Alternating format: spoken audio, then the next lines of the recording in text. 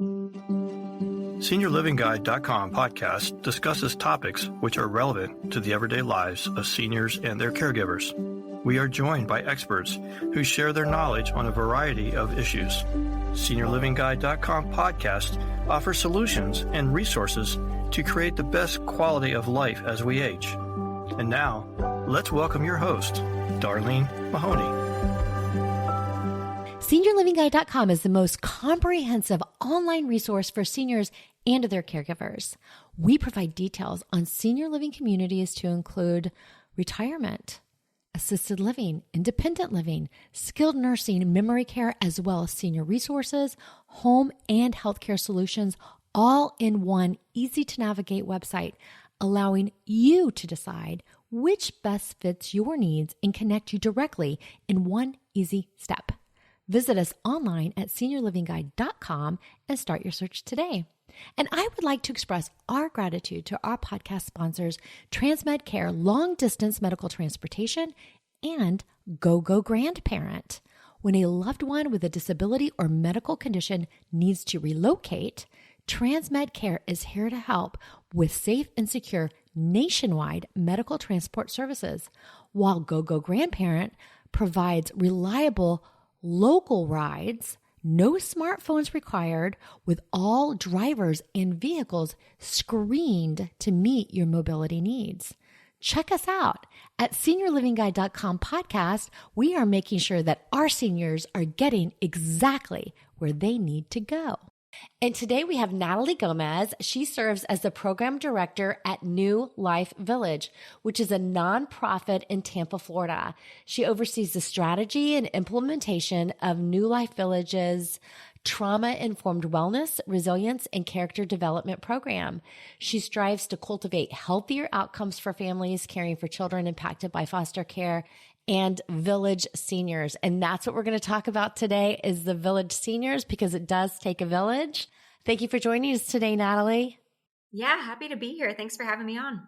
Yeah, when your community or your village kind of came along and came across my desk, I thought, oh my gosh, this is a fabulous concept that I hope will catch on in communities nationwide. So I definitely have to share it because, you know, sharing is caring, for sure. So it's something completely different. And, so I want you to tell me what New Life Village is and what their mission is and kind of really how it's set up, how it works with like all communities, with the foster kids, with the seniors, and kind of how that works, because it's so fantastic. Yeah. And I agree 100%. I wish there were more communities like this. There's definitely a need. So when this organization was originally started, it was started in 2012 by Sister Claire. And her vision was really to create a supportive community where people would be encouraged and equipped to adopt children impacted by foster care, specifically those older teenagers and those sibling groups that have a harder time finding permanency. And over the years, the mission has changed a little bit, where really we are focused on creating an intergenerational community for families seeking to bring children impacted by foster care or trauma to permanency. So you're going to find two groups of people really in this village. One is going to be our families caring for children impacted by foster care, and they are either fostering, adopting, or their relative caregivers. And then you have our seniors, which really we love to describe as our secret sauce. They're a huge piece of what makes this community special.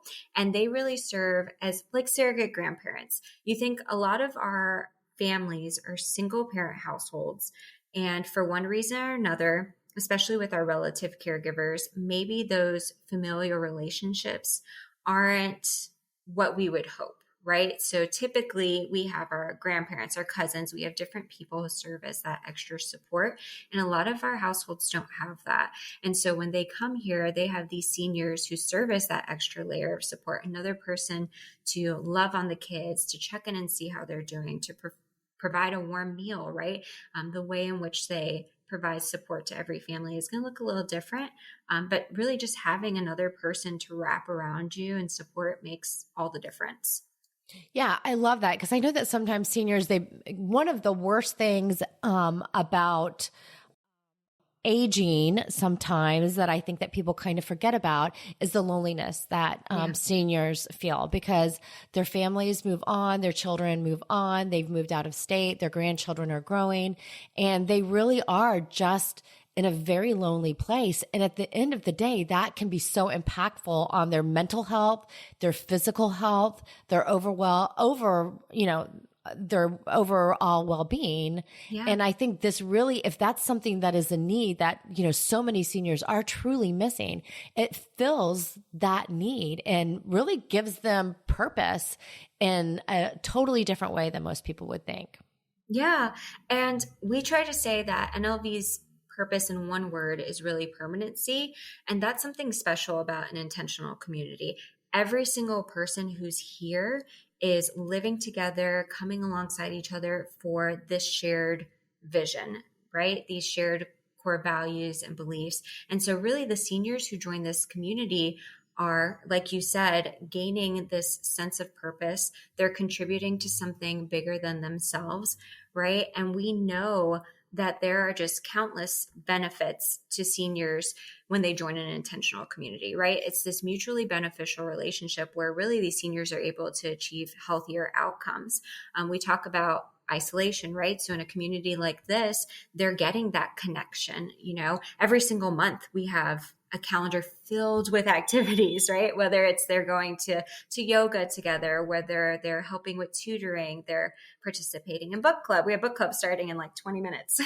There's always something going on, but also it's a community where they're very much partners with us. So they sit at the table, have a voice, and they say, what do I want from a community that I live in? What do I know that I can contribute? Because they bring immense value to the community and really getting to shape what it looks like.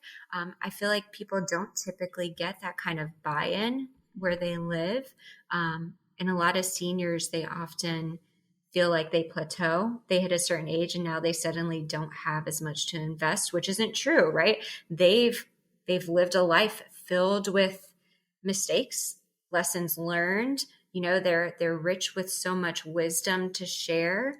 And so we are immensely blessed that we get to learn from them, and they get to pour into us and pour into these kids. And sometimes they're a little surprised that they learn a couple of things from our little ones too, because little ones are very observant.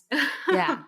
The other thing you kind of mentioning that I'm thinking about is also the fact that some of these kids haven't been around older adults. Yeah. And I think it's such an important factor to teach kids about seniors and about, the elderly and the respect for that and the relationships you can build with that. Because I think if you don't have that, you kind of sometimes, especially the very elderly, they could be afraid of them, or they may have some different types of concerns because they just haven't interacted with them on a daily basis.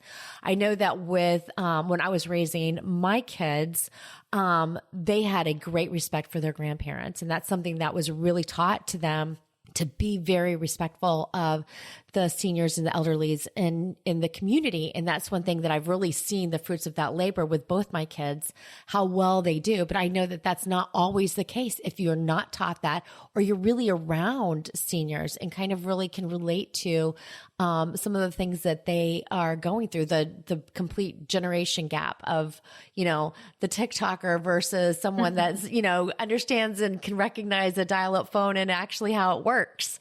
Yeah. So I think that that's something that is really great. I think it just kind of, takes that gap away. So I think that's fabulous. Yeah. Well, and it's so interesting too, because historically societies have always really valued what elders bring to the table, right?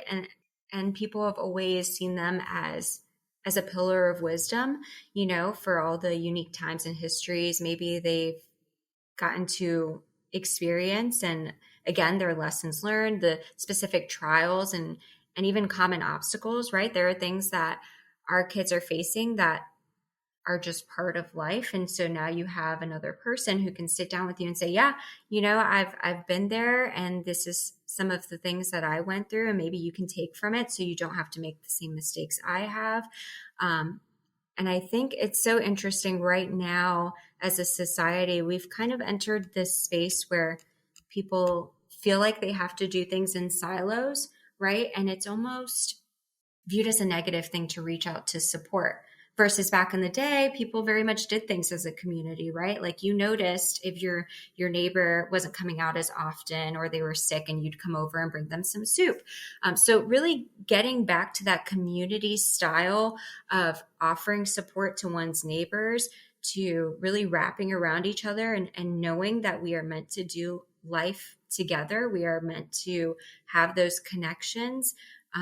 But you mentioned the respect of one's elders. I think that's important because while our seniors are here to provide support to the families, we definitely want to invest certain values and morals into our kids too, so that they grow up to be fruitful members of society and they're growing up to be people who extend love and grace and care to others, including the most vulnerable, right? We know our kids, they've experienced trauma. They're impacted by foster care. They are a very vulnerable population for a whole handful of reasons, but so are our seniors, right? Mm-hmm. They're a very vulnerable population that often kind of gets brushed off to the side with a lot of unmet needs.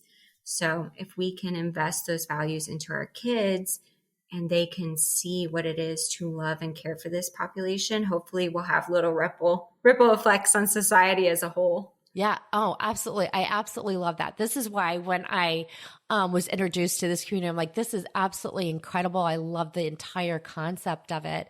So one of the things I wanted to ask you about, so what are the benefits to a senior that might be interested in this type of community? Because there's multiple. Yeah. So a really practical one is affordable housing, right? There is an affordable housing crisis right now.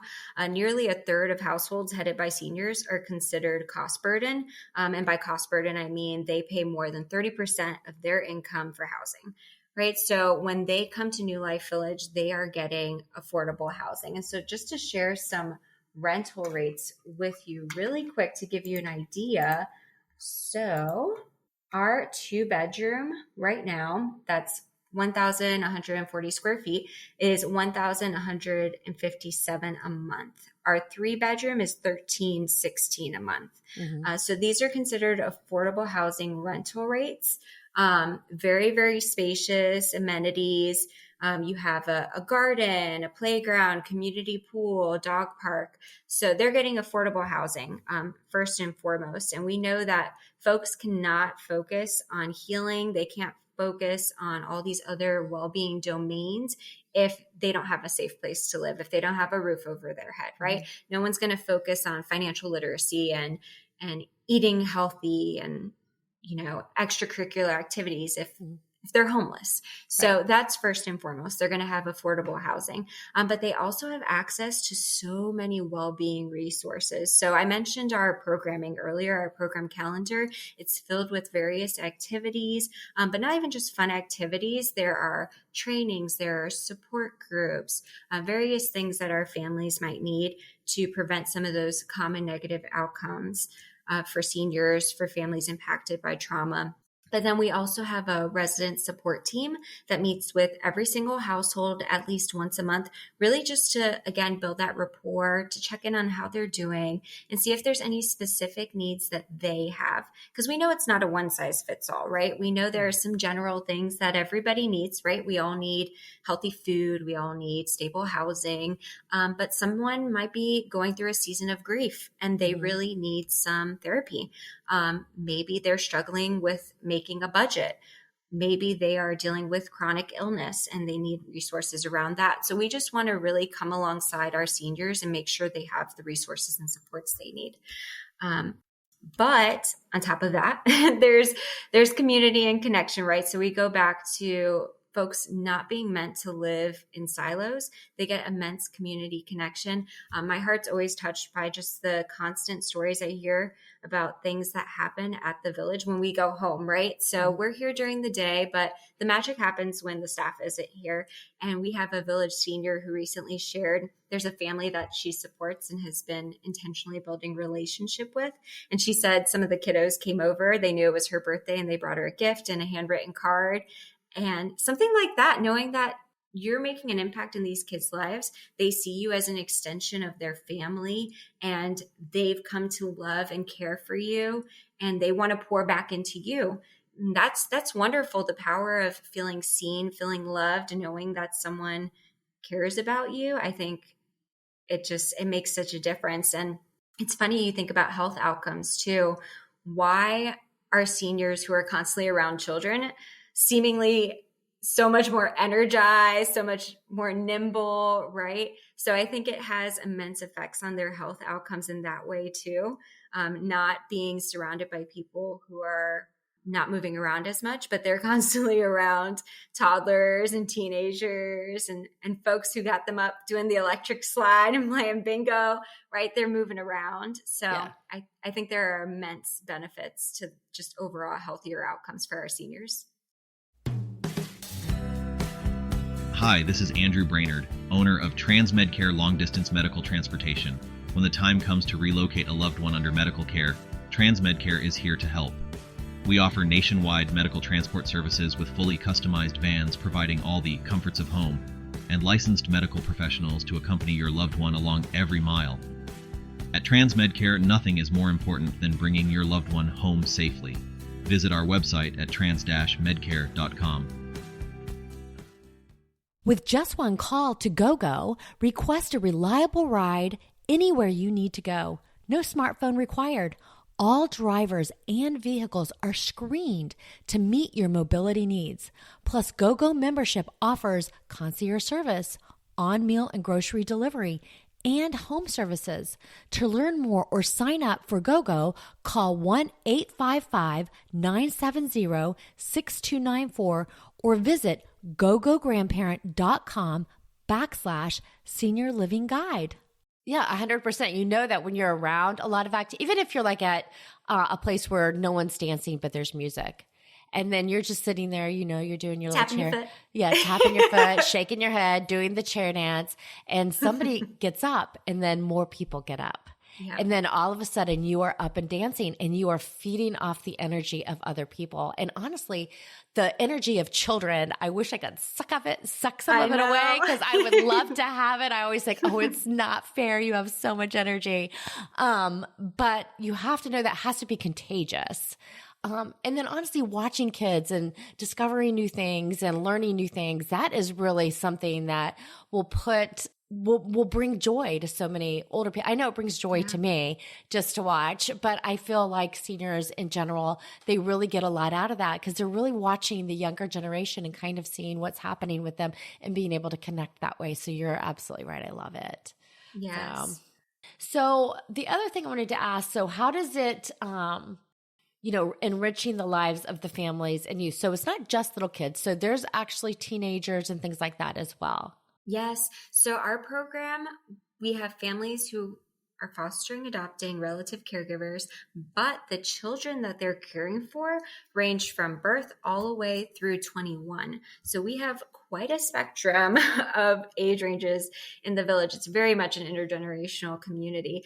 And so the seniors who live here, they all have a very different skill sets, passions, interests. And so they really get an opportunity to pour into all these different age groups in various ways. And so again, the support that they're providing is going to look so different between seniors. We have some seniors who are very passionate about working with teenagers. We have others who love music. And so they're at every music lesson on our Saturdays and supporting them in their performances. We have seniors who were teachers previously. And so it's very important for them to be plugged into our tutoring so that support really looks so different. So sometimes it's one-on-one with our kiddos. Sometimes it's very much with our caregivers because our seniors, a lot of them have children of their own, and so they can come from it from a lens of, I've been where you are. A lot of them have even come from backgrounds where they were previously low income. They've been impacted by foster care. And so just being able to really come alongside them again and say, I know where you're coming from to a degree. We know that everyone's experiences are never going to be exactly the same, but sometimes it's helpful just to have someone to listen and who can understand and who's relatable. And our seniors provide that. We had a a meal train that we recently started for a family. And one of our seniors, she's so cute. She called me. She's like, so I've been providing warm meals for them. And she just started explaining the dynamic of the relationship she had naturally and organically formed with this family, checking in on the kids after school, providing snacks, making warm meals. And it had become part of her routine. When she made meals for herself, she would always make extra for them. And she's like, do I need to formally sign up on a list? I was like, oh my gosh, no, what you're doing is exactly what we hope families are doing, right? Those organic, natural relationships. And just intuitively, as you're doing things for yourself, thinking, oh, maybe I can help this neighbor in this other way, right? So it was just so encouraging to know that these organic relationships were already taking place and people were already providing support, taking it upon themselves to think, how can I serve this family in a practical way? Yeah. And then just creating a space that is safe and loving and trauma informed too. So we often have seniors who they know our mission, they want to serve, but maybe they've never worked with a community who's been impacted by trauma before. And so that's really important to us, is always providing trainings around trauma so that we're really giving our seniors, caregivers, staff, program partners the tools to step into these spaces where they have that trauma-informed lens. Because it really is, it's going to show up in the behaviors and some of those interactions. And if we don't have the right tools, we're not going to be able to provide support in the way we really want to. So our seniors, they definitely have a love for learning. So I would say seniors who are interested in this community, in addition to having a heart for the mission and a heart for service, just a desire to be a lifelong learner, because it's really, we're all lifelong learners here. We've never arrived. We're always hit with curveballs of a new challenge that a family's working through, or a new behavior that a kid is developed and is showing up with in some of our activities. And so we're always having to learn, how can we best love and support one another? So lifelong learners, definitely, we need here. That really has to be a desire in a senior that would decide to move into this type of community. It's not something that you're doing it based on just a few things. You really want to you really need to have a love for community, love for those that have been through, as you mentioned, trauma, and want to be there as a support. But I love the fact that you train them, because that is something that can be, if you haven't been around it, I know that sometimes children that have some behavioral issues and those things like that, it can be something that you have to navigate, and you have to do it correctly. Yes. And we ourselves, we do not by any means know everything. And so the team is always going to training as well, because we all just have to have that attitude of always learning, because we don't know everything. And we're all just trying to do the best we can together as a collective. But the important thing is that we are always, as a community, reminding ourselves and each other of the why. Why are we here, right? And it's the mission. It's permanency for these kids, healthier outcomes for all of us as a collective, for the families, for the seniors, and working towards that. Because we all have to be buying into the mission, right? If we're all not showing up and invested, it doesn't work. It crumbles, because the folks who actually live in this community, they're what make it amazing. They're what make it's not possible without them. Right. They are the village. Yes, they are the village. So quick question. What age is considered a senior? Someone that would decide to do this, what age is like the minimum? It's crazy to say this, but it's 55, which there are people who are way over 55 who have more energy than I ever will. Mm-hmm. But 55 is considered a senior. Yeah. So I know a lot of times it's 55 to 62 is what starts to, in the senior housing industry, is considered an independent. So it's shifted a little bit. So I thought I'd ask. So 55 and up is considered a senior. But another thing is that they live independently. So we always like to make sure our seniors know that we are not set up for assisted living. Right. So any seniors who are joining our community would have to be able to live independently. Yeah, no, absolutely. That makes complete sense.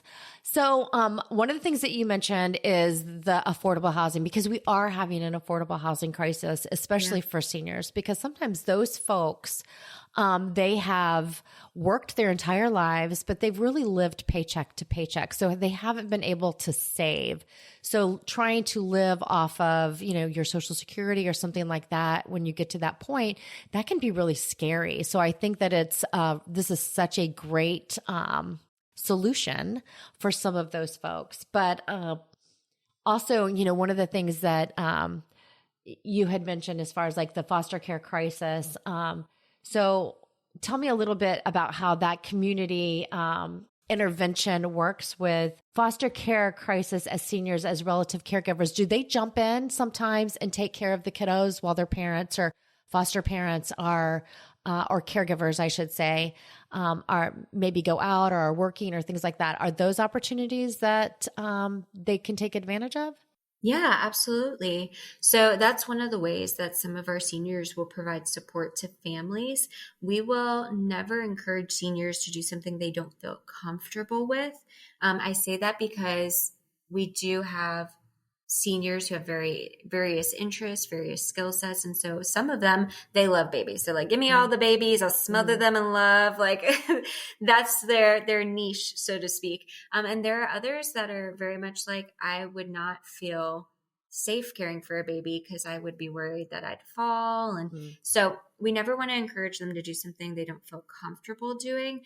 But we've seen various seniors provide support in that way via childcare. Yeah. All right. So it's an optional thing, but it's not something that it's an organic relationship you would build. Is that basically? Yes. Okay. And it's awesome because we find that a good portion of our families are relative caregivers where we have grandparents raising their grandbabies. And so there's been seasons where we have folks join our community as seniors because they love our mission. And unexpectedly, our mission ends up being very much their personal story. And they have grandchildren who are placed in their home. And now suddenly they've gone from being the senior supporting families to being a family in need of that wraparound support. And so we have a little bit of everything, but everyone steps in and loves on each other and provides support. We have seniors providing support to families, families providing support to seniors. Again, it truly just takes a village. Yeah. Well, let's wrap this up a little bit by talking about intergenerational communities. I know that intergenerational communities are starting to grow in popularity, but they don't have that same look as New Life Villages. Sometimes it's, single family homes that will have a mother-in-law suite maybe in the back or attached or something like that. And I know that some communities, like new construction communities, are starting to create some of these communities. And I think that that's amazing too. That's such a great option if you want to age in place but be super close to family. So tell us a little bit more about intergenerational communities in general. And while your community, your beautiful community, is located in beautiful Tampa, Florida, I'm a Floridian, so I can say that. Do you know if other communities similar to yours are located throughout the U.S.? Yes. So there are several other organizations similar to ours serving different populations. Generations United is a really great resource actually for folks looking to learn more about these communities. There's one located in Oregon. There is also a community, another one in Florida, actually, specifically for those who are fostering. But generationsunited.org is going to be a great resource because to your point, there are a lot of intergenerational communities starting to pop up, but serving different populations. So they might have veterans housed with people who are trauma informed. They might have able-bodied with disabled to provide support to one another. I've seen aged out youth with anchor families so that they're getting that support in adulthood. So there's a huge need. You're seeing people really just craving for that community and support from others. And I'm hoping to see more communities like this popping up. We're the only community in Florida serving this specific population though. But I'd love to see more people join in. No, I wanted to do this podcast because I hope it encourages others to start similar communities within their community, because it does. It takes a village, and it's not just a village raising a child. It's a village as a whole community. We really have to love and respect every single person that's living within our communities. So that's so important for sure.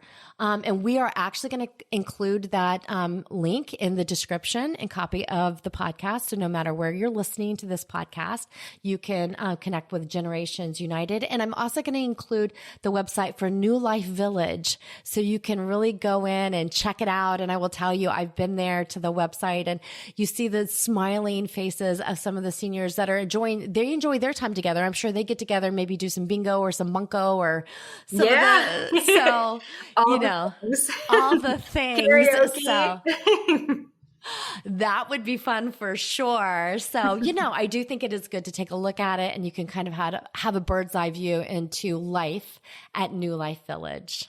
Before we totally wrap it up, is there anything you wanted to add before we close out this podcast? I hope if there's any seniors out there who feel like this is a community that would be a benefit for them, feel encouraged to reach out. Let's get a tour scheduled. Or if maybe you don't live in Florida, check out some communities that are available via Generations United. These communities are just so impactful. So feel free to reach out to learn more. Yeah, I appreciate that. Thank you so much for joining us today, Natalie. This was such an incredible podcast. I love this so much. Just makes my heart happy, especially during the holidays, which is, the time of year where it's giving and things like that. So I do appreciate that. If you enjoyed this podcast, we are available anywhere you listen to podcasts, such as Spotify, Apple Podcasts, Good Pods. We are now available on babyboomer.org. Thank you for listening.